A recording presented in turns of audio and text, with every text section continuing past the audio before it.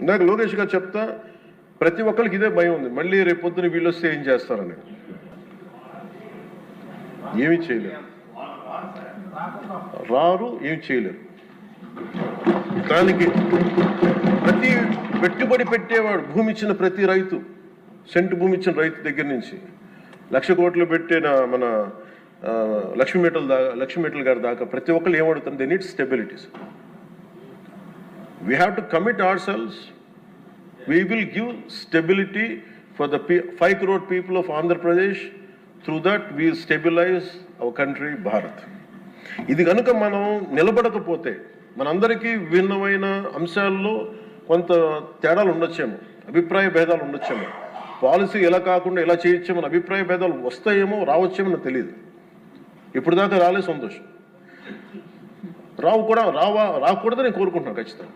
కానీ ఏది ఏమైనప్పటికీ భవిష్యత్తులో మటుకు మనందరం ఒకటే మాట మీద అమరావతి రైతాంగానికి కట్టుబడి ఉండాలి, నిలబడాలి. This is my commitment. This is what our commitment from Janasena party to our trusted honourable CM గారు శ్రీ నారా చంద్రబాబు నాయుడు గారికి. మనస్ఫూర్తి ఇస్ అవర్ కమిట్మెంట్. మేము ఎక్కడికి దీన్ని మాట మార్చం, దీన్ని ముందుకు తీసుకెళ్తాం.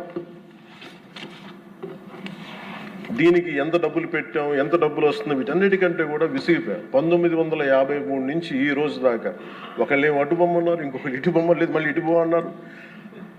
ఎవరి త్యాగాల మీద అయితే అందరికీ భాషా ప్రయుక్త రాష్ట్రాలు వచ్చినాయో, భాషా ప్రయుక్తతో నాందికి పలికిన ఆంధ్రప్రదేశ్కి ఈరోజు ఇంకా మనం కొట్టుమిట్లాడుతూ ఉన్నాం.